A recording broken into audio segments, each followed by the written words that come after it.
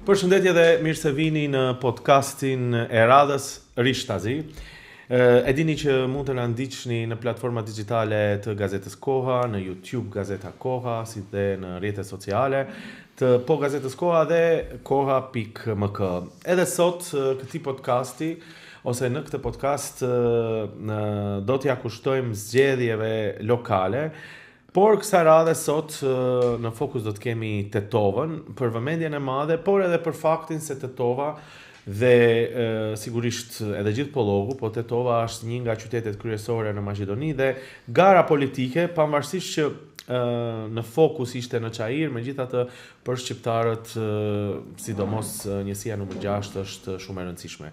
Dhe këtu në studio kam të ftuar Bajram Rexhepin, ai është përfaqësuesi i AKI-s në këto zgjedhje, kandidat për kryetar të komunës së Tetovës. Faleminderit që jeni këtu.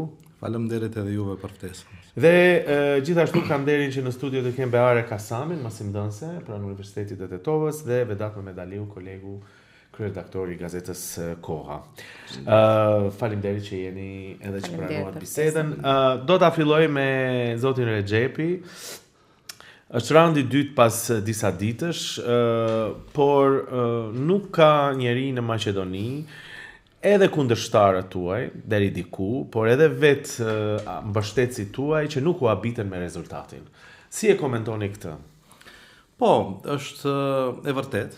Domethënë edhe ne absolutisht nuk e kemi pritur një rezultat të tillë, sepse të gjitha sondazhet, të gjitha matjet, opinioni publik, tereni tregonte të kundërtën e asaj. Po, cilit janë shkaqet, domethënë, që ndodhi kjo? Shkaku i parë është, domethënë, struktura e VMRO-s që ato kanë një potencë shumë të madhe elektorale, kanë qenë shumë organizuar, një pjesë të madhe të këtij dallimi kanë bërë, domethënë, votat e VMRO-DPMN-s në Tetovë. Edhe shkaku tjetër, domethënë, si shkaqet më të rëndësishme që ndikuan në këtë rezultat, ka qenë blerja e votës që ka ndodhur në mënyrë masovike, edhe shantazhet, të gjithë presionet që kanë bërë mbi kompanitë, mbi njerëzit, institucionet e ndryshme. Kjo nuk e them që për justifikim, absolutisht jo, por është e vërtet, këtë e dinë të gjithë tetovarët. Tani ka qenë një shok elektoral, të themi, për ne, se nuk ka qenë e pritur as pak që të ndodhë një rezultat i tillë, po sigurisht ne me 2 nëntor him si të barabartë, pritshmëritë janë se do ndryshojë në mënyrë të rënjësore, sepse duket çarja që ndodh në mes partnerëve të koalicionit, sepse edhe koalicionet e tilla janë krijuar mbi bazën e interesave shumë të ulta, edhe për interesa shumë të ulta edhe prishen ato koalicione.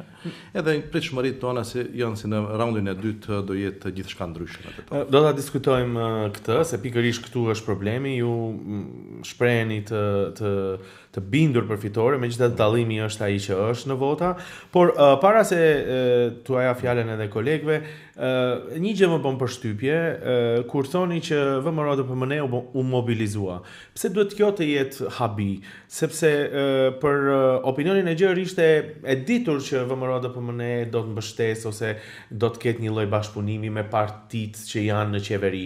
Kështu që duket si një justifikim që nuk duhet të ekzistojë. Jo, nuk është justifikim, se nuk e thash si shkaku i vetëm. Kjo e dyta, ndoshta është edhe më thelbësore që e ka bërë këtë dallim, puna e blerjes së votës që ka ndodhur në mënyrë masovike. Po pritshmëritë tona kanë qenë se edhe me gjithat blerje masovike që ka ndodhur ne do jemi para, po pikërisht ai raundi i parë është kur dalin votuesit, votojnë edhe për listat sigurisht, edhe dalin më masovikisht se në raundin e dytë, kështu që në raundin e dytë presim që nuk do ndodh kjo.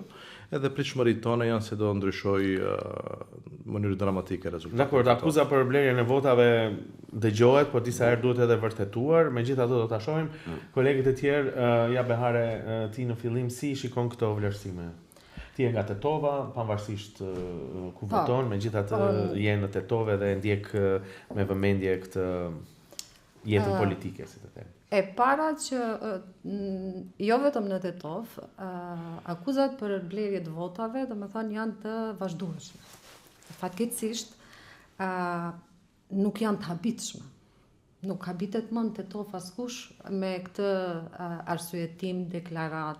Përderisa për këtë nuk është marrë asnjëherë asnjë mas ndëshkuese deri sot. Dhe ne që i dëgjojmë. Ideja është normalitet? është aq normalitet sa që nuk është befasi. Përderisa nuk është befasi, i bie që t'jetë normale dhe e pranueshme dhe e kuptueshme. Jo, nuk do thoje që është normale, absolutisht. Tash normale nuk është, sepse në demokraci nuk është të blihen votat, por. Do me thënë se nuk është herë e parë që ndodh shit blerja e votës. Por ne deri sot nuk dim një person që është dënu për shit blerje të votës.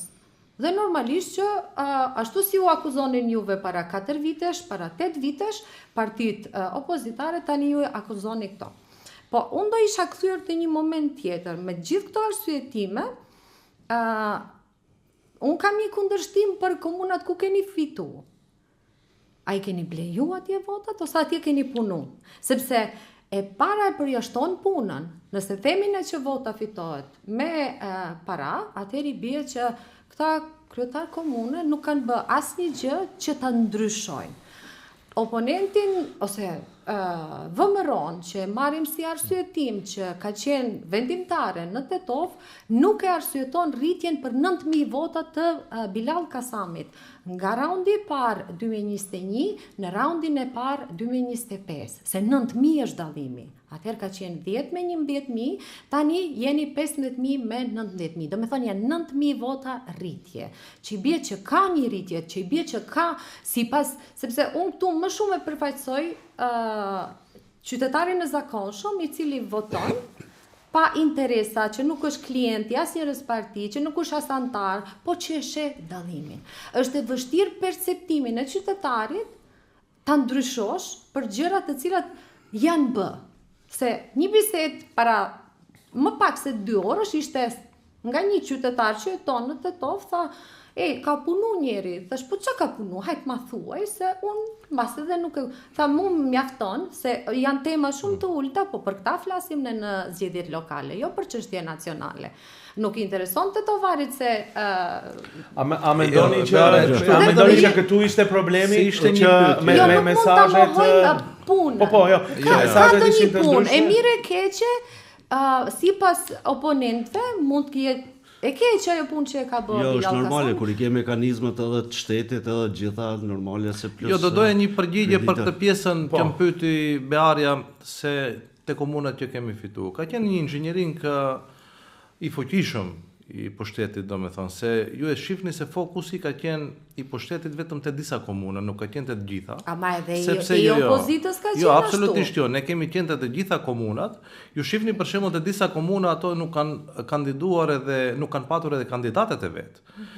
Për shembull te komuna e Likovës, ato e kanë ditur se është dallimi jashtëzakonisht shumë i madh dhe nuk mund të arrihet ajo, edhe ato janë fokusuar te komuna tjera. Kjo është logjika që duhet ta kuptoni se pse ka ndodhur për shembull në disa komuna edhe te të tjerat jo. Shifni në Gostivar, për shembull, ato e dinin se nuk ka asnjë mundësi që të fitohet edhe ato e përdorën tjetrin variant, domethënë që të abstenojnë në Tears ka qenë rezultati më i ngushtë dhe fokusi i tyre ka qenë në Tears. Nuk ka qenë më i ngushtë, ka qenë 14%, keni 14% dallimin e keni në Tears. Jo, ajo këtë ka bë, domethënë inxhinieringu, ato i kanë bërë matjet të gjitha komunat. Jo, do doja të përgjigjem edhe për pjesën që tha se thon qytetarët që ka punu. Beare, ky ka qenë mashtrimi më i madh elektoral që ka ndodhur në historinë e zgjedhjeve në Tetov. Ju shifni, vetëm merrni edhe shifni se çfarë ka premtuar kundër kandidati im para 4 vitesh për komunën e Tetovës edhe çfarë realizoi. Ai premtoi një nënkalim në qendër që absolutisht premtoi parkingje me kate, as edhe një vetëm, premtoi parking pa pagesë, jo që nuk e bëri, po e shtrejtoi, i privatizoi gjitha kompanitë, tregoi një paaftësi të jashtëzakonshme për menaxhim me ato ndërmarrje, kështu që aktualisht tetovarët paguajnë 3 fish më shumë faturat e mbeturinave, të ujit e kështu me radhë. Këtu do ndalemi, se ja marrim vedatit vazhdimsi ikon, po un kam një kundër përgjigje për këtë.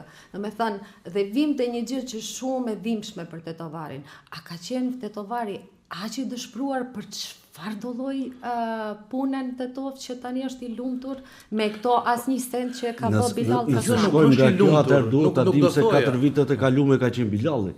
Atëherë duhet të jetë pakënaqësia me Bilalin. Jo. Kjo të demanton plotësisht, sepse s'mund të kthehesh ti 8 vite ose 12 vite përpara edhe thosh se jam i dëshpëruar. Absolutisht nuk e besoj. Në Tetov kthehesh. Po pse?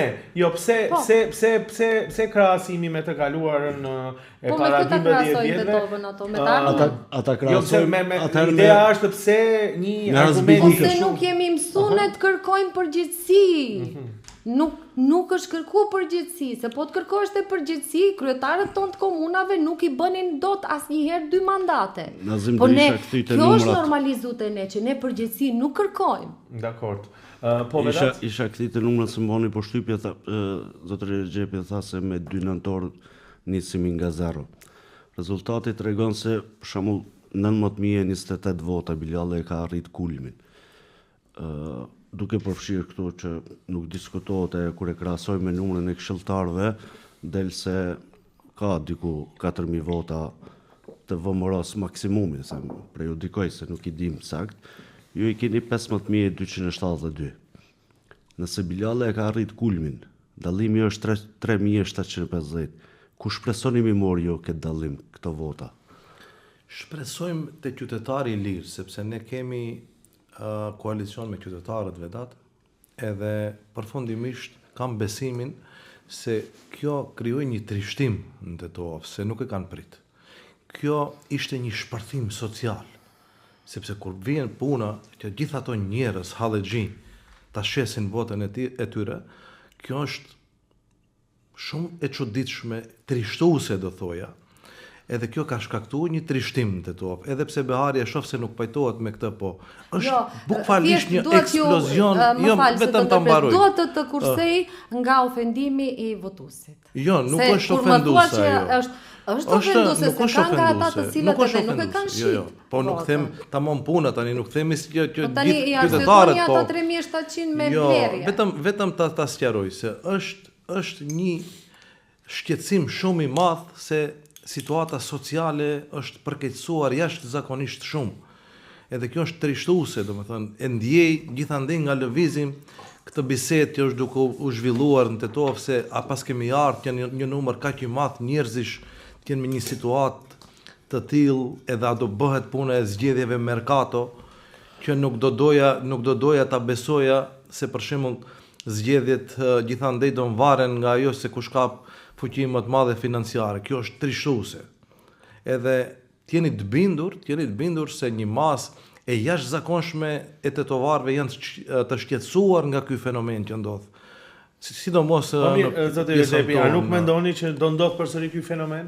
Se tani blerja e votave është një akuzë relativisht serioze, në qoftë se nuk ka vërtetime, vërtet vihemi të gjithë në pozitë delikate. Megjithëse të gjithë e dim se dikimet gjithmonë kanë ndodhur, presionet e tjera, por ja ta marrim si argument. Pse nuk do ndodh në raundin e dytë, mendoni? Pse këto të njëjtit qytetar nuk do vetëdijsohen ose do vetëdijsohen në raundin e dytë? Unë besoj se do vetëdijsohen, se kjo ka shkaktuar një shqetësim të jashtëzakonshëm, sidomos te masa intelektuale në Tetov, edhe e shoh një mobilizim që asnjëherë përpara nuk ka ndodhur, sidomos te strukturat tona, te masa intelektuale, te njerëzit e lirë në Tetov që nuk janë, domethënë, të ndikueshëm nga aspektet lukrative. Edhe kam një besim të plot se kjo do shkaktoj një ndryshim rrënjësor në pjesën e dytë, domethënë në raundin e dytë të zgjedhjeve në Tetov.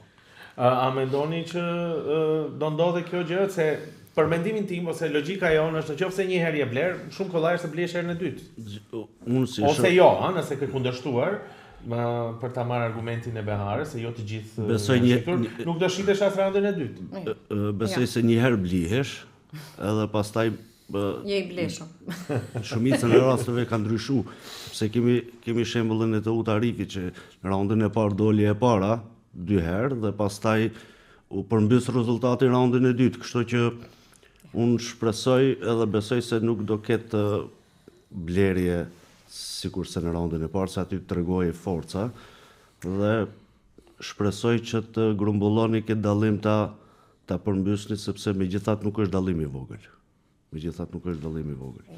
Behare? Dhe unë vazhdoj të jem e mendimit se nuk duhet ta përqendrojmë humbjen ose fitimin e cilës do pal vetëm te shitja dhe blerja e votës. Ajo patjetër. Sepse thash përjashtojmë edhe rastet Jo, Radhita, më shumë faktor, nuk thash se është faktori determinues. Njëri nga element.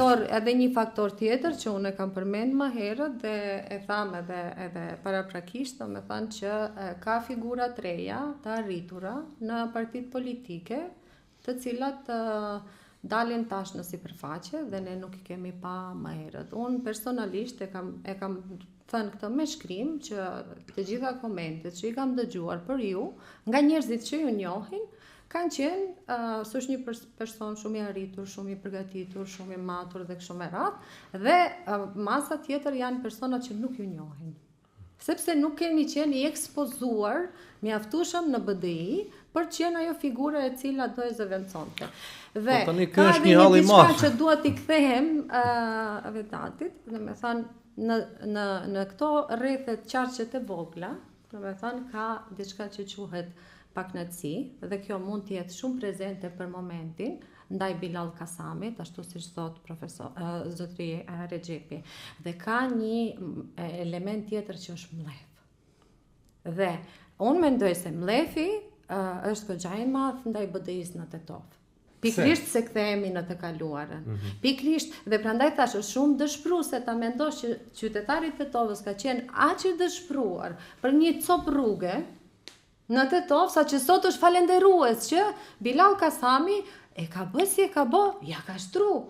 Po ja t'ja bëjmë pyetjen zoti Rexhepit, çfarë do bëni ju që ta hiqni këtë mlef atëre, ose a mendoni që do mbesni pengi pa kënaqësisë të BDI-s, sepse realisht atë që thot Beharja e kemi dëgjuar të gjithë që për personalitetin tuaj ka vlerësime, por disa herë të gjithë neve ndoshta bijem pre e një konteksti të caktuar.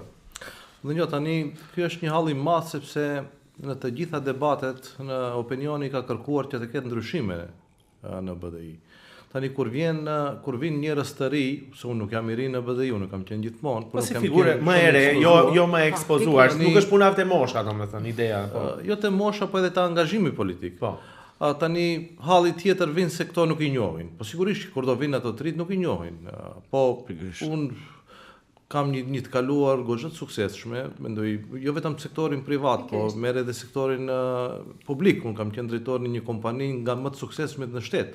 Besoni ka qenë drejtoria ku e gjetëm me borxhe marramendse dhe e lam me 80 milion denar fitim. Domethënë kemi ndërtuar mbi 180 kilometra të gasillësit nëpër Maqedoni. Në çfarë periudhe 2018-2024. Edhe kjo ka qenë e jashtëzakonshme, domethënë, e pa parë ndonjëherë një shoqëri aksionare shtetërore që del me një fitim të tillë. Domethënë e gjetëm me 60 metra katror me qira atë kompani dhe e lam me 10.000 metra katror objekte vetanake. Kështu që po e keqja është se fjalët kjo nuk është promovuar mjaftueshëm nga BDI-ja si sukses. Jo, kemi promovuar, po aty ku është problemi, sepse gjitha mediumet janë të prirura që shumë më tepër të shpërndajnë lajmet e këqija se sa ato të mira. Ato promovuese edhe tani vim te situata që unë nuk kam qenë njeri i panjohur për Tetovën. Ju nuk jeni personi i cili e keni shtyr këtë. Jo, sigurisht që po fatkeqësisht ajo nuk shpërndahet shumë. Unë kam qenë edhe deputet në një mandat, në 2020 kam qenë zgjedhur deputet në Parlamentin e Maqedonisë. Nuk është figurë e panjohur, por nuk është shumë e ekspozuar. Po vetë. Fatkeqësisht ekspozohen, mendoj shpërndahen lajmet e këqija, që te rasti jon nuk është. Tetova, siç e keni thënë edhe ju, po edhe ne e dim, ka qenë shpesh në qendër debatit për menaxhim, për mungesë menaxhimi. Mund të na thoni me qenë se jeni kandidat tash, cila do jetë sfida më e madhe sot në këtë qytet? Jo. Apo thënë ndryshe sfida me cilën ju mund ballafaqoheni nëse i fitoni, kuptohet? Tetova është në hall të madh. Domethënë vetmja punë që lavdërohen udhëheqësia aktuale e komunës është me ato pak rrugica që i mirëmbajnë. Mirëmbajtja nuk është projekt. Ato nuk kanë zhvilluar as edhe një projekt vetëm në qytetin tonë. As edhe një vetëm. Domethënë i vetmja punë që ato lavdërohen sot është se i kanë mirëmbajt rrugët. Edhe besoni ose jo, deri në periudhën parazgjedhore, rrugët e Tetovës vetëm në nivelin 6% janë mirëmbajt. 94% nuk janë mirëmbajt. Po ato aq shumë bën PR me këto rrugët, sa u krijua përshtypja se punohet diçka. Nuk është e vërtetë. Gjithçka bëhet pas një lloj projekti, besoni, është gjithçka improvizim total. As edhe një projekt I vetëm nuk ka leje ndërtimin të to, besoni. Dhe kjo është çmenduri çfarë është duke ndodhur. Besoni se kapacitet institucional komunet e Tovës sot nuk ka t'i jep edhe vetvetes leje ndërtimi. Ndërtohen për shembull bulevard pa leje ndërtimi në Zim, është çmenduri, është vepër penale. Po mirë, po tani, jo se ne hym të dorëzuar për këtë. Ne jemi shumë të qartë me vizionin tonë për të Tovën. Do me thënë, ne planifikojmë që pjesën urbane ta bëjmë një rilindje urbane. Për s'pari herë të cilët plani general urbanistik të Tovë, të zgjerohet të Tova, të nisin kompanit që janë të interesuara për investime të kenë ku të ndërtojnë, se sot nuk ka ku të ndërtojnë. Edhe kjo do shkaktoj një zhvillim ekonomik shumë të hofshëm. Po pjesa tjetër, do me thënë, ne planifikojmë që ta bëjmë një ndërmarrje publike që vetë komuna ta bëj planifikimin. Gjitha planet detale do I miratoj komuna me përpilim kompanisë të ndërmarrjes që ne do e themelojmë kuadër të komunës. Po nuk është vetëm kjo, do me thënë, për s'pari herë Tetova do niset ndërtohet me plan, se tash është gjithçka kaotike. As edhe një blok I vetëm Tetova nuk ka qenë I planifikuar të mandat. Diçka pa ushite jo. Tani ajo është një temë tjetër që do e flasim. Po pjesa tjetër që janë shumë e rëndësishme po se nuk e ka krijuar vetëm Bilal Kasami. Tash të jemi të sinqertë, problemet e qyteteve tona edhe e Tetovës janë probleme që zgjasin me vite. T'ja vësh fajin vetëm atij nuk është korrekte për qytetarët, apo se ne vetëm ta mbaroj mendimin. Kjo pajtohem me ju që thoni. Po ai para 4 vitesh erdhi me premtimin se do I zgjidh këto probleme. Edhe I gënjeu Tetovarët. Edhe tani absolutisht as edhe një vetëm nuk e bëri. Ne do e zgjidhim këtë problem, se nuk është vetëm problemi urban, është edhe problemi I komunikacionit që ndodh, sepse të gjitha institucionet janë të koncentruara në qendër të Tetovës. Besoni te komunat, te njësitë rajonale, te prokuroria, gjykata, policia, kadastra e kështu me radhë, gravitojnë rreth 1500 punësuar që nuk kanë as edhe një mundësi vetëm ku të parkohen, ato I bllokojnë qendrën e Tetovës. Ne kemi planifikuar që këto objekte, këto institucione I transferojmë të gjitha te kazerma ku aktualisht është, edhe aty do jetë parku I vetëm I qytetit. Është një vend ndodhje në Tetovë ku ka shumë qasje të kollajshme, të lirshme për të arritur atje, do ndërtohet garazh me kate ku do mund të gjithë punësuarit, po edhe palët që kërkojnë shërbime të kenë vend parkime, edhe kjo do e zhbllokoj, do nis të frymoj lirshëm Tetova kur do hiqen institucionet nga qendra, pasi aktualisht qendrën e Tetovës e bllokojnë institucionet.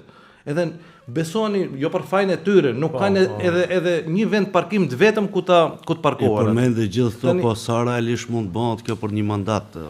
Absolutisht që po. Unë ju garantoj se besimi se e kemi thënë në këtë studio që kur si ka filluar podcasti që letra mban çdo gjë, edhe premtimet, jo vetëm juve, nuk pa dashur të bëjmë ciniki I tepruar, por të gjithëve jo kemi thënë që letra mban çdo gjë dhe të gjithë kandidatët, të gjithë subjekteve që kanë ardhur tregojnë vërtet plane reale ose plane që do ta përmirësojnë jetën e qytetarëve, po gjithë qytetarët e kanë dyshimin sa do të realizohen këto, ja ta ndërtoj këtë datin pak. Si pse t'ju besojnë që vërtet do realizojnë, do ta jap edhe ty fjalën për cinizmin që vazhdimisht e shpreh. Jo, nuk është cinizëm. Tani të përgjigjem unë apo Po, juve, më falni. Unë kam dëshmuar që deri tash as edhe një gjë vetme që e kam premtuar nuk kam mbetur pa realizuar. Gjithçka është realizuar. Edhe shumë njohin gjithë njerëzit që kemi punuar bashkë. Prandaj e kaluara ime është një argument se unë do I mbajt gjitha këto premtime dhe as edhe një gjë vetme ne nuk kemi planifikuar te programi jon zgjedhor, që është e parealizueshme. Kemi debatuar shumë me ekspert, programin zgjedhor e kemi përpiluar bashkë me qytetarët e Tetovës, kemi vizituar çdo lagje, kemi skanuar situatën e përgjithshme në Tetovë dhe bazuar në këto të dhëna, së bashku me ekspert, me profesionist, me njerëz të lëmive të ndryshme, kemi përpiluar një program të realizueshëm. Edhe unë ju garantoj tetovarëve se gjithçka që e shohin taj program zgjedhor do realizohet. Këtë dëshmon edhe e kaluara ime, sepse gjithçka që kam premtuar edhe I kam realizuar. Ju domethënë e vini bazën te personaliteti juaj. Pse thash cinik? Më ndodh mua shpesh, po edhe Tibare e përmende që Teuta Arifi nuk ka bërë asgjë, dhe si rjedhoj duhet të humbas edhe Bajram Rexhepi. Është kjo një logjik që u dënu 2 herë për atë. Që ekziston në Tetov, se edhe ti bëre një referencë të tillë. Jo, unë e bëre referencë, domethënë dallimi mes asaj se sa të paknaqur pas kanë qenë tetovarët, se atë që sot gëzohen për një cop asfalt. Kjo është e dëshpruese po edhe në një moment dërhyve në the që edhe Teuta Arifi ka premtuar një Itali. Po, se i kam lexu, i kam pa programe. Ne kam pa dhe programin e Zotit Bajramit, edhe Bilal Kasamit, edhe 2021-shit, edhe 2017-s, domethënë dhe duhet po ti shihni të gjitha me radhë, i bie që asnjë nga këto rresht nuk ka realizuar as 20% mbase. Jo 20%, rasti kundër kandidatit tim është 0%. Shifni 17-16 premtimet bazike, prioritare, që ato në 2021-shin ju ofruan tetovarëve, as edhe një e vetme nuk është realizuar, edhe kjo është fatkeqësi. Sigurisht. Po tani, pyetja ime është një, si do i realizoni ju të gjitha këto, kur nuk keni mund t'i realizoni edhe ato paraprakët si BDI, tash flas, nuk flas si individ, vetëm një moment, kur keni pas ju edhe pushtetin qendror, edhe pushtetin lokal. Ne e dim komuna sa mjetet e veta i ka dhe sa mund të investoj. Kjo e para. E dyta, si ka mundësi që kompanitë, domethënë, nuk kanë Tetov ku të ndërtojnë dhe ku të vendosen, kur ne kemi një farë, si e quajmë atë, TIC-in aty, që është vetëm në dalje të Tetovës. Dhe çfarë ka aty, çfarë bëhet aty dhe si shfrytëzohet ky kapaciteti i Tetovës. E patëm një parad gazetarësh, politikanësh dhe biznesmenësh për hapjen e një kompanie të re, të ardhur nga Gjermania për vetura elektrike në Tetovë dhe paprit mas disa muajsh ajo kompani shkoi në falimentim, domethënë nuk është që nuk ka opsione, ka.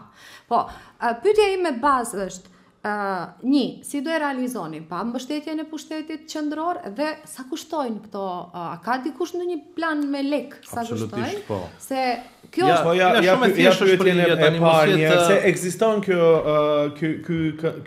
ky nocion që në qoftë se një komunë fitohet nga parti që nuk janë bashkë me parti që janë në qeveri, mund të ketë vështirësi në realizimin e projektit. Absolutisht nuk është e vërtet, bile përkundrazi. Ne bëm një përllogaritje nga ndërtimet që aktualisht po bëhen në Tetov, pagesat për taksat komunale duhet të mbledh komuna rreth 13 milion euro. Besoni ose jo, kjo është keq përdorimi më eklatant që ka ndodhur në historinë e Tetovës. As edhe 1 euro e vetme nga këto taksa komunale nuk ka shkuar në buxhetin e komunës. Dhe kjo është një dhënë zyrtare. Ato me marrëveshje për cesion, që aktualisht e kanë ndruar vetëm formën, përfundojnë te kompanitë e tyre private. Dhe kjo është një keq përdorim masovik. A shkelje? Absolutisht po. Dhe ju keni dëshmi për këtë? Absolutisht, jo dëshmi. Po? Këtë mund ta vërtetoni edhe ju. Ja, gazetarët le të hyjnë ta bëjnë një Kemi raportuar për këtë. Jo, shumë e thjeshtë është që ta kuptoni se kjo po ndodh në Tetov. Po e thjeshtë është ta kuptoj, por nuk e kuptoj pse s'ka një padi për këtë. Absolutisht që ka. Ku është? Jo, ka padi për këtë. Në prokurorinë e cila ka 2% besoj që po, tani nuk është punë e politikës që ne do duhet tani ka padi. Domethënë pastaj ajo simpative që kështu ose ashtu është një temë tjetër. Dgjoj. Ju po të shkoni sot si person fizik, edhe doni ta paguani edhe tatimin e pronës në komunë, gjitha vlerat më të mëdha, ato ju dërgojnë që t'i paguani te kompanitë e tyre private, nuk përfundojnë buxhetin e komunës. Këtë din pjesa dërmuese e tetovarëve. Besoni gjitha. Unë kam paguar vitin e kaluar zotëri. Ndoshta ka qenë vlerë më e vogël edhe nuk i kanë varë vesh se. Tani, kjo nuk mund ta mbroni. Do të edhe për mua se unë kam bler banesë para 3 vjetëve. Vitin e kaluar kam paguar në bank. Nuk mund ta mbroni. Tatimin pronë, tatimin pronë. Ndërtesë shtëpi. Jo, unë flas dhe nuk e mbroj, po vetëm e them shembullin konkretimin. Jo, nuk është e vërtet absolutisht. Ju nuk mund ta merrni shembullin tuaj edhe ta generalizoni, se nuk ndodh ashtu. Ne kemi dhënat sakta, ju lutem, janë të bëhet një investigim se çfarë po ndodh sot në Tetov. Të gjitha vlerat më të mëdha kanë përfunduar te kompanitë private dhe janë shuma 10 milionëshe, nuk janë punë shuma të vogla këto. absolutisht e din gjithë tetovarët se kjo ndodh sot në Tetova. Edhe për fat keq, kjo është edhe mënyra se si ato ndikojnë rezultatin zgjedhor, se janë bërë keq përdorime masovike. Edhe për fat keq, është e mundur që të ketë një inxhinjering të tillë zgjedhor, edhe këto keq përdoren këto mjete, këto para për blerje vote. Po mirë, në linjë të kësaj, çfarë do bëni ju nëse bëni kryetar, si do ta rregulloni këtë problematikë? Ne e kemi ofruar te programi jonë zgjedhor, që do ndërtojmë, do themelojmë një kompani në kuadër të komunës, rrugët e Tetovës. Do e pajisim me mjete vetanake, do me thënë me gjithë llojin e makinerive të nevojshme, me staf të nevojshëm, me kuadrot të nevojshëm, që pjesën dërmuese të këtyre punëve do e bëjmë me mjete vetanake, sepse është shumë më e lirë. Besoni, është 10 fish më e lirë se sa ajo që paguhet sot. Se po bëhet një keq përdorim masovik, me këtë do e ndalim keq përdorimin, se komuna vetë do i bëj planet, vetë do e ndërtoj gjithë infrastrukturën, nuk do kemi nevojë për kompani të tilla që sot bëjnë keq përdorime të mëdha. Vetë komuna do i ndërtoj, si ishte shumë më herët, do me thënë gjatë periudhës para disa dekadesh. Edhe kjo do jetë një revolucion në Tetovë, sepse e para njerë do e zvogëlojmë borxhin, nuk na duhet aq shumë mjete, se Tetova ka mjaftueshëm mjete që gjitha këto projekte të realizohen. Prandaj u thash se jemi të sigurt se do i bëjmë. Zoti Rexhepi, në përgjithësi kur ju thua qytetarëve që do vëmë më shumë tatime, që do vëmë më shumë rregulla, që do paguheni më shumë, në rastin konkret që ju e përmendët e ndërtuesi që duhet të paguajnë apo shumat qyteteve kur ndërtojnë, kryesisht kjo duke sikur votuesit do largohen sepse duan sa më lirë të kalojnë. Kush e tha këtë se do paguajnë më shumë, se nuk e kuptova. Nëse në këtë logjikë jo, e kundërta, ne ju them, jo, prit vetëm ta sqarojmë, të lutem vetat. Vetëm ta sqarojmë. Ne nuk themi që do rriten, përkundrazi do zvoglohen tatimet. Ne ju garantojmë se tatimi në pronë do zvoglohet. Faturat e mbeturinave do zvoglohen se do ndryshohet metodologjia. Aktualisht është një metodologji krejtësisht e palogjikshme në Tetova.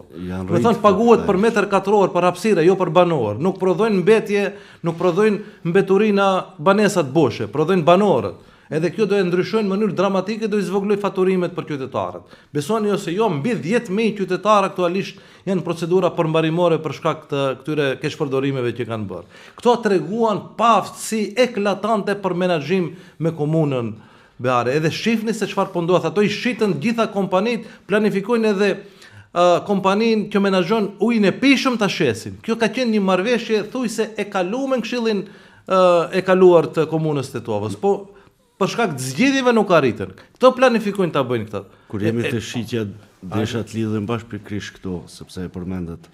Thatë se u shitën ndërmarrja që janë privato publike, apo se di si funksionojnë atje. Dy gjëra që më shqetësojnë shumë që Tetova duhet të ketë pasuri është shtëpia muzej Mehmet Pashdërallës, që vetëm muzej nuk funksionon, edhe çështja e monopolit, çështje shumë e dhimbshme për Tetovën, po edhe për shqiptarët në përgjithësi. Cila është e vërteta e monopolit, sepse ka pas akuza nga ana juve, dokumente se kush e shitin fakt, sepse Bilalli thotë u shit më herët dhe unë vetëm kam bë kalim pronës. Dëgjove dat. Kjo është manipulim ekstrem. Ne kemi dokumentuar para gjithë opinionit se kur është nënshkruar ajo marrëveshje. Është bërë në vitin 2023. Edhe ka me nënshkrim të Bilal Kasamit, me numër arhivor, se me kontratën e kemi publikuar e din të gjithë tetovarët. Aty ka ndodhur një sër keqpërdorimesh të çuditshme. E para një herë është ndryshuar plani 2 herë, domethënë. Prej destinimit A2 për ndërtim banesor është bërë G2 për ndërtim të industrisë së lehtë, që të mund ta shesin për 1 euro metrin katror, pastaj edhe një herë është ndryshuar, është bë A2. Kjo ka qenë organizuar, janë marrë shumë njerëz me këtë punë që ndodh ajo. Tani kur e kanë shitur 7.000 euro, besoni ose jo. Kompania ka qenë falimentim, edhe këtë e kemi dokumentuar.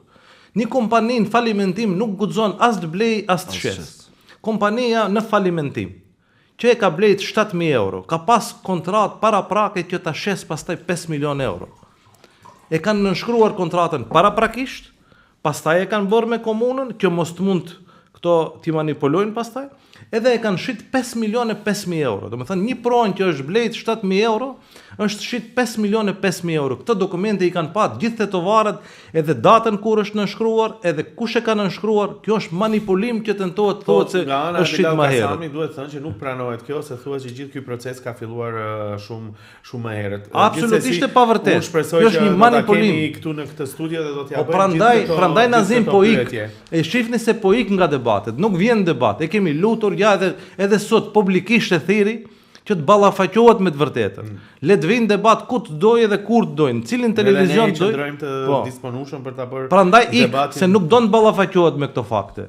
E vërteta është se monopoli u shit në vitin 2023 me një vlerë qesharake, pastaj kompania e ka, do të thënë 5 milion euro keq përdorim është bërë në këtë rast vetat. Edhe nuk është vetëm dëmi financiar, edhe dëmi shpirtëror shumë i madh, se tetovarët kanë një ndjeshmëri për këtë punë, si janë vrarë, janë maltretuar me mira njerëz në atë vend aty. Edhe fatkeqësisht, do me thënë, këto janë gjendjet ndërtojnë edhe mbi varet e prindërve tanë. Kjo është një çmenduri që ka ndodhur te monopoli. Behare, ti si e sheh këtë çështje? Shumë politike. Po. Po s'është politike o kriminale, Behare, si është politike? Po, shumë politike, po se të gjithë... Po si politike kur është kriminale? Ju keni dëshmitë Nuk mund taj... Ju keni dëshmitë juaja. Atë që e thatë dhe unë kam tendencën t'ju besoj. Nuk ju kundërshtoj për këtë. Bilal Kasami del me atë që e thot Nazimi, se e thot është e pavërtet, se e keni shit ju, e keni sjell para aktit kryer dhe ai s'ka pas. Dhe prandaj unë e klasifikoj si politike. Shumë politik, ditore, në Tetov. E dimshme po. Jo. Por nuk mund të, jo Behare, patjetër t'ju ndërpres. Nuk guzoni as edhe ju gazetarët të merrni anë të tilla të mbroni opinionistët. Më fal, kërkoj ndjes.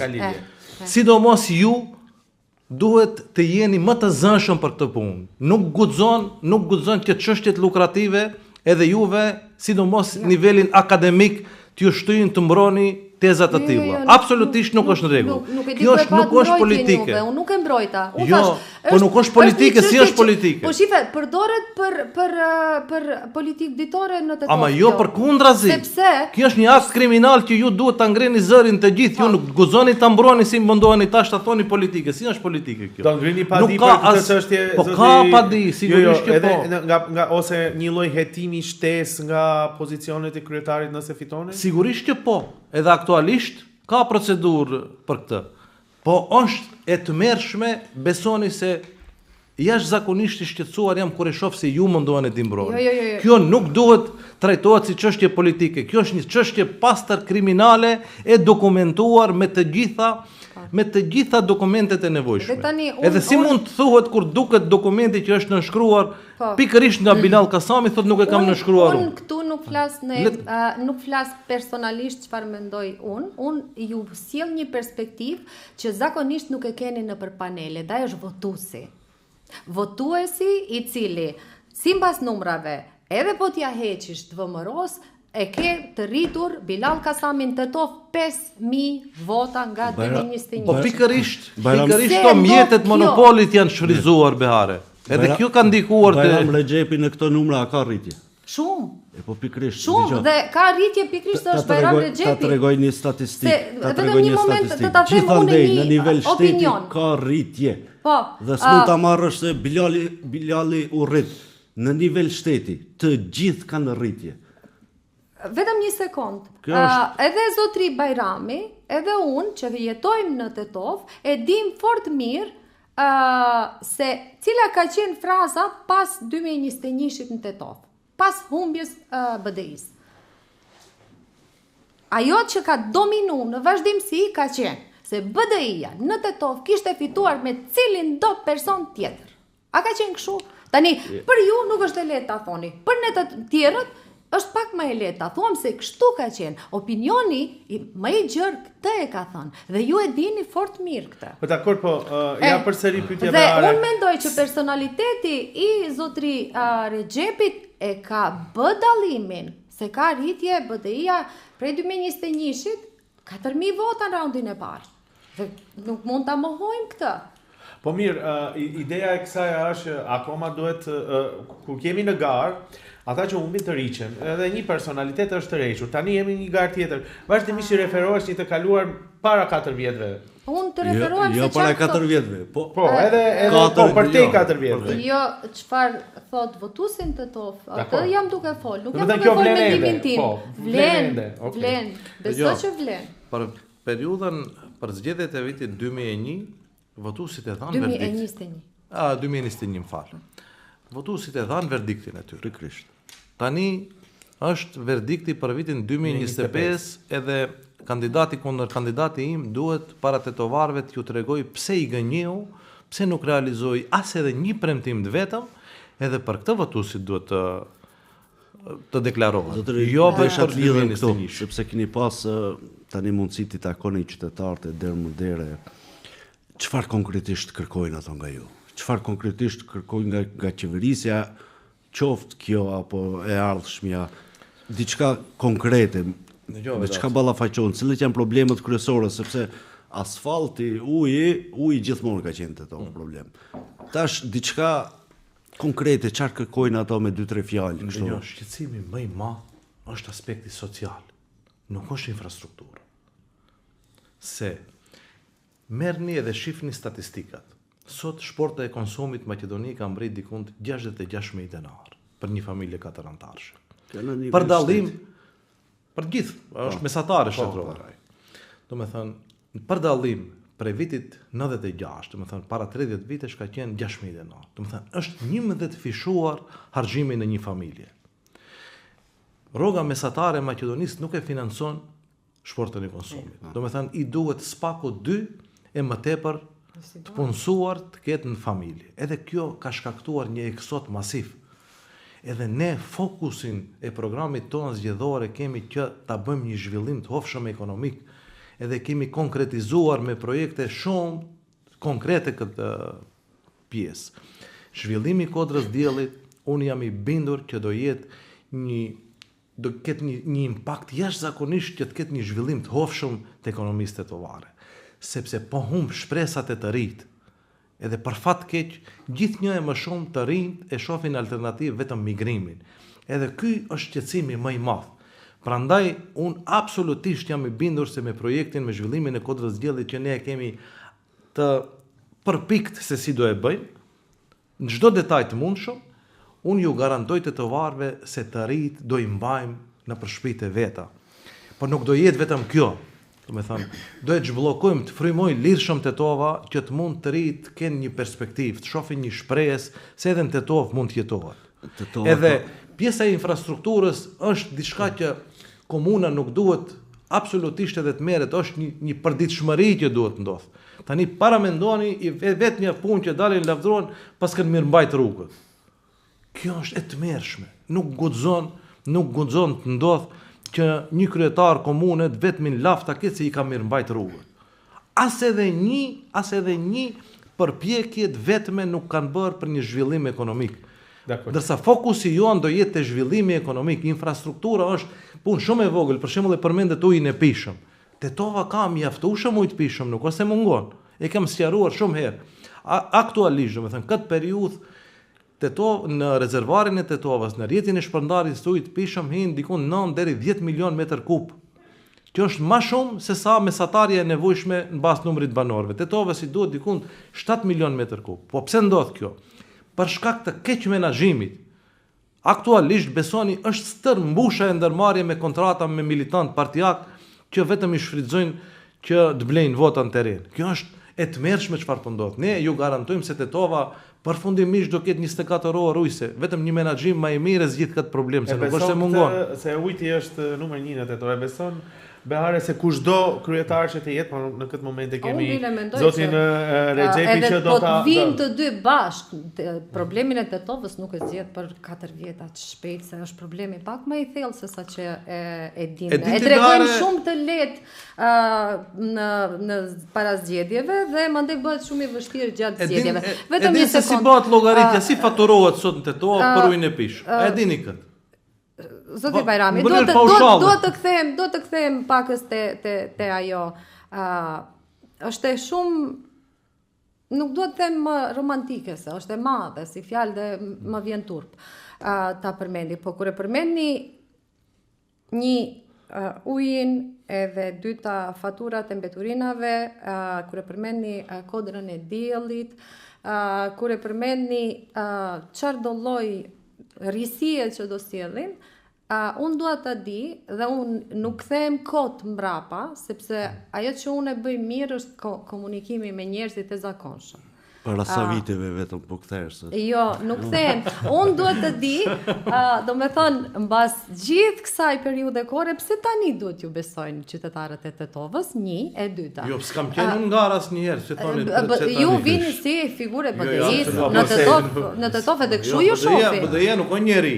BDI një strukturë njerëzish që dallojnë shumë njëri prej tjetrit. E cila strukturë, do me thonë, në një Tetovë, e cila ka 2 universitete, si pika e parë, nuk ka bibliotekë. Jo, bibliotekë ka. Të lutem, zoti Rexhepi tani. Po, Të jemi dhe nuk mund të ti premtojsh Tetovës ç'është. Jo, nuk duhet se pyetje ti ndalojmë që po të mos evitohet. Jo, unë duhet të di pse duhet tani biblioteka që të mund të As Pallati Kulturës. As Pallati Kulturës. As njëse nuk është tani në ingerencat të tani bare. Po e mos e devalvojmë debatin, nuk janë. Tani nuk të them unë se janë kur nuk kanë lidhje me komunën ato. Zoti Rexhepi, votuesi i zakonshëm atë bulevardin që u hap para 2-3 vjetëve, s'ja ka haberin se kush në ingerencat e ku e ka. Ai bulevard nga i votuesi i zakonshëm që bën diferencën, ai bulevard është hap nga Bilal Kasami. Do të thonë se Bllagoj Toska. Jo besoj se vërtet as edhe një ndim më të vogël nuk ka. Po këtu duhet të dal unë, se votuesi i zakonshëm nuk lexon ligjet dhe ingerenca e kuj. Biblioteka i bie. Duhet të edukojmë votuesin e zakonshëm. Edhe Pallati Kulturës i bie komunës te ne. Jo, me arë ndër vetmit je që nuk e dish se Pallati Kulturës. Nuk them që nuk e di, unë të tregoj këndvështrimin e njeriu të thjeshtë. Ja të bëj një jo, doja të dalte uji, se tha pse besoni se duhet zgjidhni. Nëse ti je në Tetovë dhe harxhon 1000 metër kub ujë në muaj, unë harxhoj 1 metër kub në muaj, faturohemi një lloj, po. Sot kjo të ndodh. Nuk kanë aftësi menaxhuese këta njerëz. Edhe planifikojnë edhe këtë ta privatizojnë që të jetë ndorë të kompanive private. Kjo do jetë një të merë për Tetovën. Besoni se do rriten fakturat në mënyrë enorme, edhe pse nuk e din aktualisht kompania që është marrë vesh se do e privatizojnë, nuk e din se ujë pishëm, çmimin e cakton komisioni rregullator në bazë të faturimit mujor që bëhet në bazë të matjeve. Këto janë njerëzit infrastruktura ma analfabete institucionale që ka pat ndonjëherë komuna e Tetovës. Është një analfabetizëm i skajshëm institucional që është turp për qytetin e 2 universiteteve të ndodh që në mënyrë të tillë të menaxhohet edhe komuna po edhe institucionet tjera. Shifni ndërmarrjet publike nazi. Ndërmarrja publike e parkingjeve gjeneron humbje që nuk ka asnjë logjikë elementare. Ndërmarrja publike e transportit gjeneron humbje 300.000 euro në vit. Nuk ka logjikë elementare. Edhe tani, ku është bodallakia më e madhe? Kësaj ndërmarrje publike që gjeneron 300.000 euro humbje, ja kanë dhënë kontratën për ndërtim stadiumit, që kushton 10 milion euro. Do me thënë një improvizim total, një tallje me tetovarët. Është një çmenduri që struktura aktuale është duke bërë me Tetovën. Do me thënë, absolutisht as edhe një projekti vetëm nuk bëhet me procedura normale të furnizimit publik, me procedurat normale të projektimit e kështu me radhë. Kam një pyetje këtu, më falni që ju ndërpres. Kur ju dëgjojmë tani me gjithë këto argumente, më vjen keq që nuk është Bilal Kasami këtu, publikisht po them që do tentojmë ta kemi në një format të ngjashëm edhe t'ia bëjmë këto pyetje, por pyetja më lind natyrshëm në këtë drejtim.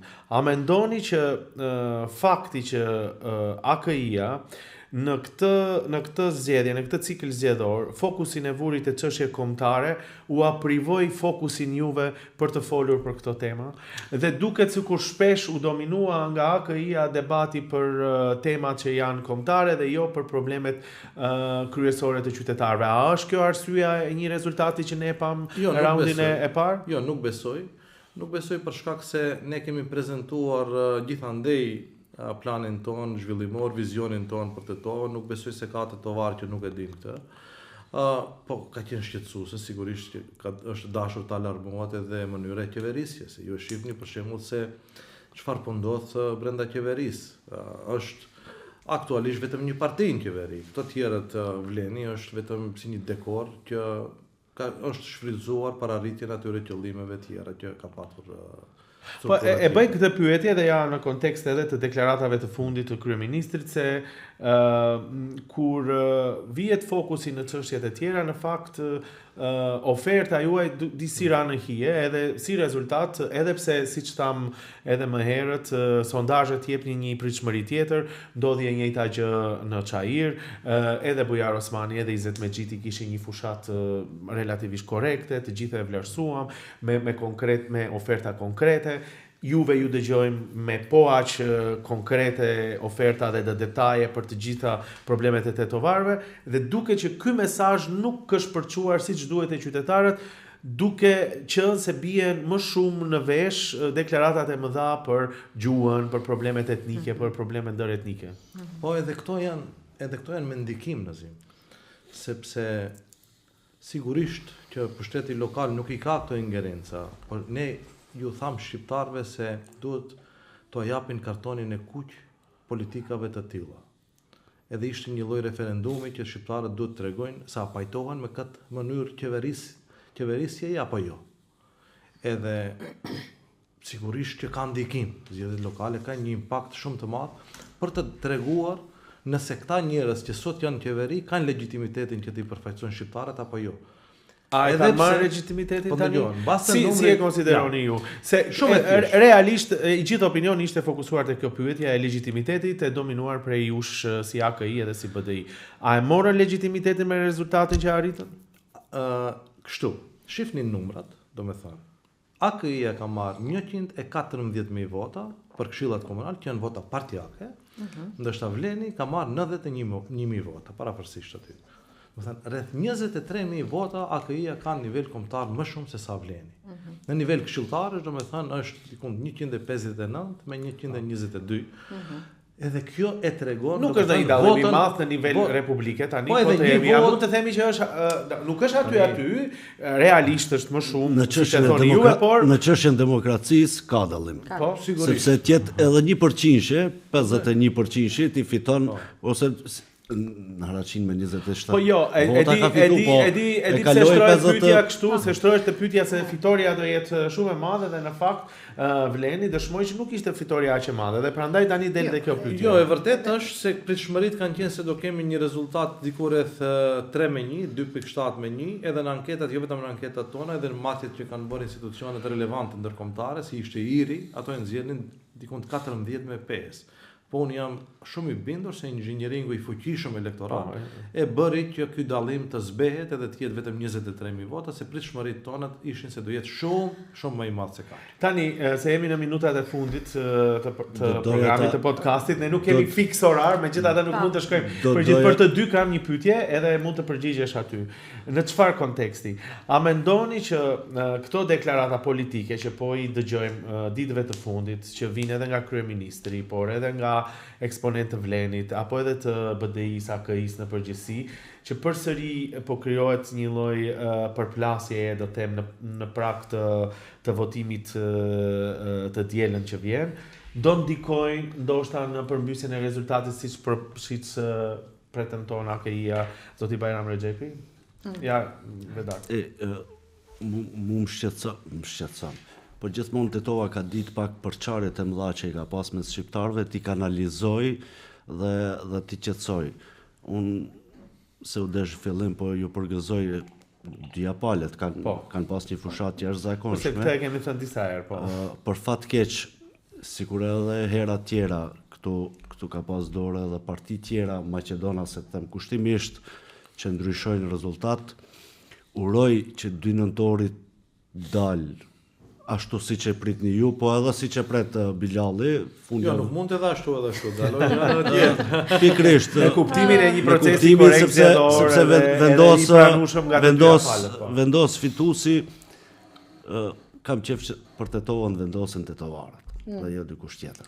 Kjo është shumë e rëndësishme dhe ta ruajnë thelbin Po mirë, e se nuk gjërave. po përgjigje direkt, do ndikojnë për shembull deklaratat e kryeministrit, deklaratat Patjetër. e vjetra sot para se të fillojë programi Me shqiptar, gjithë heshtjen, deklaratat e hedhura, pikërisht. spekulime se Me gjithë heshtjen, eksponenti i BDI-s do kalojë te Vleni, do i Nazim. qeveri. E din një lloj kakofonie e madhe do ndikojnë këto në Patjetër që do ndikojnë lëkundje? me gjithë heshtjen e Vlenit ose të Bilal Kasamit ndaj kërcënimeve që ja bën direkt kryeministri, sepse ishte kërcënim i hapur kështu.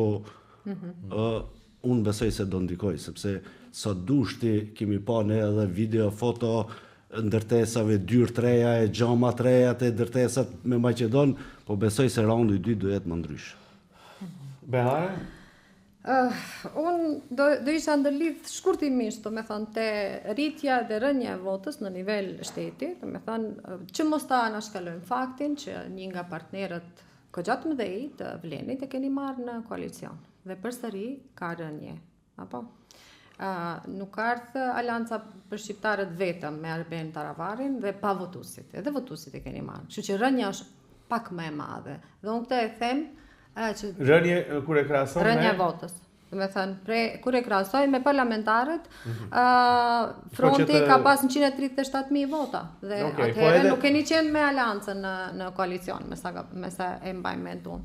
Dhe tani jeni 114.000. Ka pas parti tjera turke. Po, ka pas parti tjera, po jo me potencën e Aliancës për shqiptarët, e cila në 2021 ka pas, do me thënë, në lokale ka pas 55.000 vota. Dhe në parlamentarët 20-ën ka pas 81.000 vota Alianca për shqiptarët.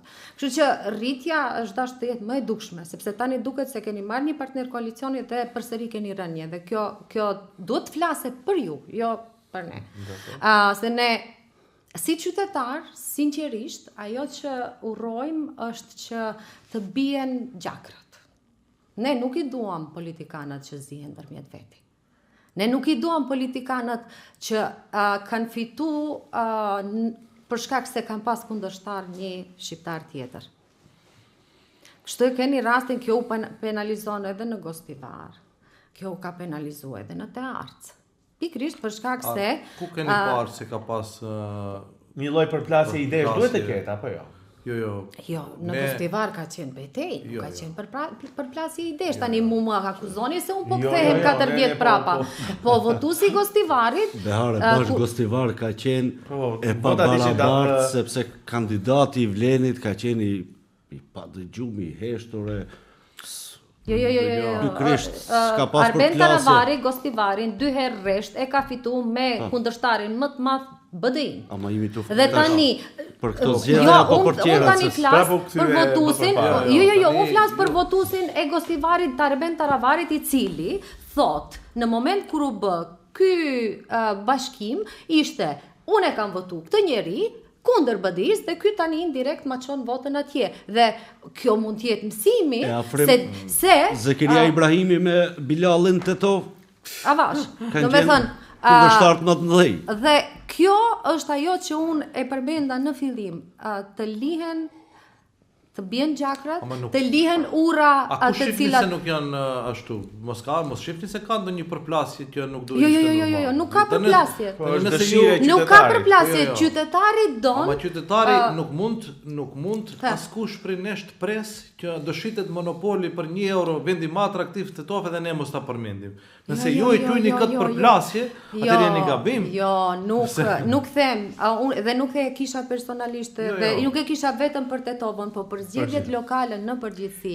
Qytetari mbi të gjitha është interesuar, kur ka interesa pak më të larta se sa ato partijake, të ketë mundësi dhe të ketë natyrshmëri ulja bashkë me oponentin politik. Behare, ja pyetja edhe një edhe ty. A mendoni që deklaratat e kryeministrit, ky lloj kërcënimi, tensioni, po jo vetëm kryeministrit, edhe gjithë oponentët e ndryshëm që disi e heqin fokusin nga problemet lokale, po e vënë tek këto ndër etnike, do të ndikojë që rezultati të përmbyset dhe zoti Rexhepi të jetë kryetari i Tetovës.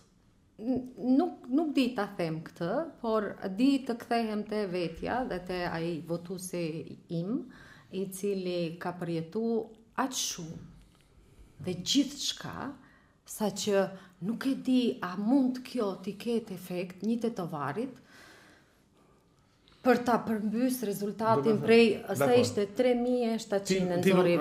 Unë mendoj se qytetari i zakonshëm nuk preket nga kjo më. Po përgjigjeni ma politikisht se unë.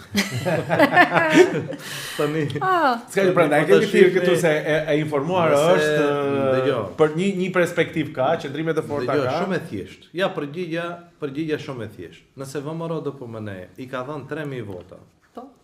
Partnerit vetë koalicionit. Dhe tani ja merr. Po këto janë matematikat e juaja. Edhe tani nuk e dim ti bëjmë këto.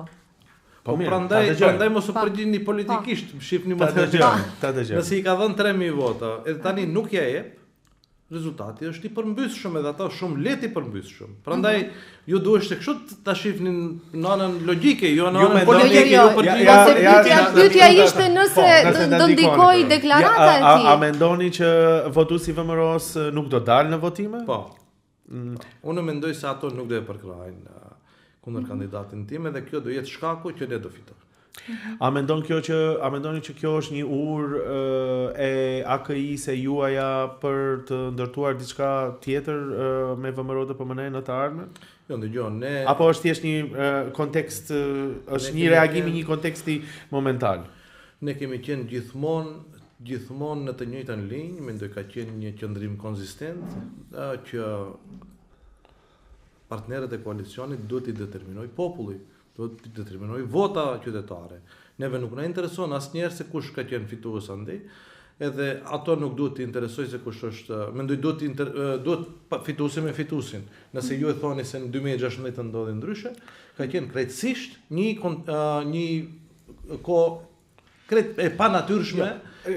Dakord, i dim ato që po ju pyes në kontekstin aktual, sepse duket që ka një antagonizëm të madh mes VMRO-s dhe BDI-s, Aliametit, Mickovski, domethënë kjo është e qartë, por nëse ndodh kjo që ju sapo tha, që votuesi VMRO-s që ne pranojmë që është i dëgjueshëm sepse e kemi parë në më shumë qytete këtë gjë, nuk do dalë të votoj për Bilal Kasamin për një arsye X, atëherë a është ky një moment për një bashkim mes jush ose një afrim mes jush si BDI si AKI me VMRO DPMN? Dëgjoj, politikat bashkohen kur janë zgjedhje lokale. Afrim. Politikat tona kanë qenë shumë transparente Nazim. Unë nuk përgjigjem politikisht si Beharja. Unë do ju them se afrimet nuk janë punë ndjenjash personale apo inatesh personale. Atëherë mund ta afroheni edhe me Levicën zoti Recepin Tetov? Jo. Mendoj ne vetmin koalicion e kemi me popullin dhe ne kemi kërkuar votën qytetare. Ne koalicionet të fsheta nuk bëjmë asnjëherë. Çdo koalicion që ne kemi bërë ka qenë transparent dhe kanë ditë gjithë qytetarët dhe nuk kemi punuar asnjëherë jashtë pritshmërive, asnjë veprim nuk është bërë jashtë pritshmërive të qytetarëve. Jeni sigurt se gjithçka që kemi bërë është kemi kërkuar votën qytetare, jo politike. Vetë si koment, unë këtë situatën e 2 nëntorit e shoh situatë të njëjtë me kandidaturën e Teuta Arifit dhe Bilal Kasamit. Teuta fiton raund parë, dallim i jashtëzakonshëm. Raund dytë, po mirë dhe mirë, me gjitha. Një ishte, nuk ishte jashtëzakonshëm. Po 5.000 u bë dallimi aty. Dallimi u bë pastaj 5.000. Kështu që domethënë kjo është pak a shumë në Tetov ka ndodhur kjo. Ka ndodhur jo një herë, po ka ndodhur 2-3 herë kjo rezultat dhe kështu që domethënë nuk është e pamundur. Megjithatë dua t'ja bëj pyetjen direkte që zakonisht të gjithëve u bëjmë. Do ta pranoni humbjen nëse ndodh siç ndodhi edhe në raundin e parë që i kishit pritshmëri të madhe për fitore por nuk fituat? Do ta pranoni humbjen? Pas një problem. Do t'ja jepni dorën Bilal Kasamit? Sigurisht që po. Dakor. Dhe në fund besoj që nuk do ja jap se ne do fitojmë, po nëse fiton sigurisht që po.